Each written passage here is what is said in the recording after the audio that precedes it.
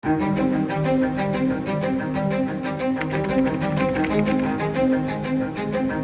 Januari 2024, terdapat grup peretas bernama Stormmouse melakukan serangan ransomware yang menergatkan pada sistem PT KAI. Mereka melakukan pengenkripsian data penting dan meminta tebusan sebesar 11,59 Bitcoin atau setara dengan 7,7 miliar. Grup Stormmouse ini memberikan tenggat 15 hari kepada KAI untuk menebusnya sebelum mereka menyebarkan data yang telah diretas. Adanya serangan ini menunjukkan kelemahan dalam infrastruktur digital yang dimiliki publik, khususnya dalam mengelola data masyarakat luas. Namun, menurut bisnis Tekno, belum terdapat kepastian apakah tebusan tersebut dibayar ataupun data dibocorkan.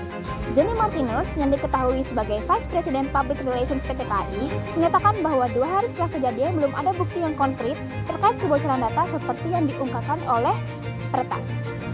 Meskipun demikian, pihak perusahaan akan melakukan investigasi yang lebih lanjut dan menyeluruh untuk memastikan keamanan data. Johnny menegaskan bahwa seluruh data KAI termasuk sistem operasional teknologi informasi tetap dalam kondisi yang aman. Johnny juga mengungkapkan bahwa masyarakat juga tidak perlu khawatir dengan keamanan data pada fitur face recognition boarding gate yang dipergunakan oleh KAI. Grup Stormmouse ini dia menggunakan jenis virus malware atau bisa disebut juga ransomware untuk menargetkan sektor keuangan dan pemerintahan. Nah, tujuannya ini untuk mengunci data pengguna atau data korban yang nanti mereka akan meminta tebusan yang cukupnya itu cukup besar agar jika mau data mereka itu mau dikembalikan.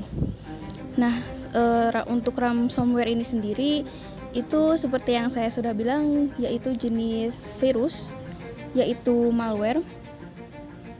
Nah, nanti fungsi si virus ini tuh untuk menenkripsikan data pribadi pada suatu perangkat atau pada komputer gitu ya.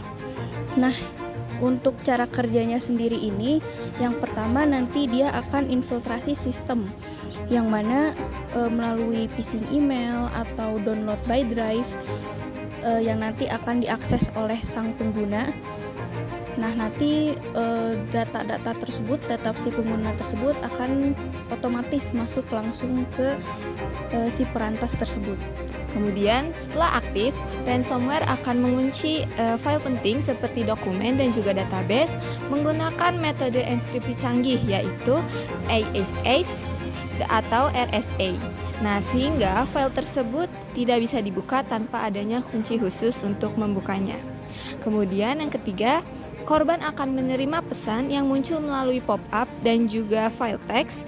Nah, nanti dalam pesan tersebut peretas akan meminta korban untuk membayar tebusan. Biasanya dengan menggunakan cryptocurrency dengan batas waktu tertentu dan ancaman bahwa data akan dihapus atau disebarkan jika tebusannya tidak dibayar. Dan yang terakhir yaitu eksekusi ancaman. Jika tebusannya tidak dibayar oleh korban, maka peretas dapat menyebarkan, menjual, atau juga menghapus data korban. Selain itu juga, beberapa ransomware juga dapat menanam malware tambahan untuk melanjutkan serangan. Kalau menurut saya sih, kasus yang dialami oleh PT KAI ini bikin kita tuh, perusahaan segede ini aja masih gampang gitu diretas sama orang-orang jahat gitu. Terus juga dari kasus ini tuh yang dirugiinnya bukan cuma uang negara doang, tapi kita juga sebagai masyarakat gitu jadi mikir gitu, data-data penting kita yang ada di pemerintah tuh aman gak sih sebenarnya gitu.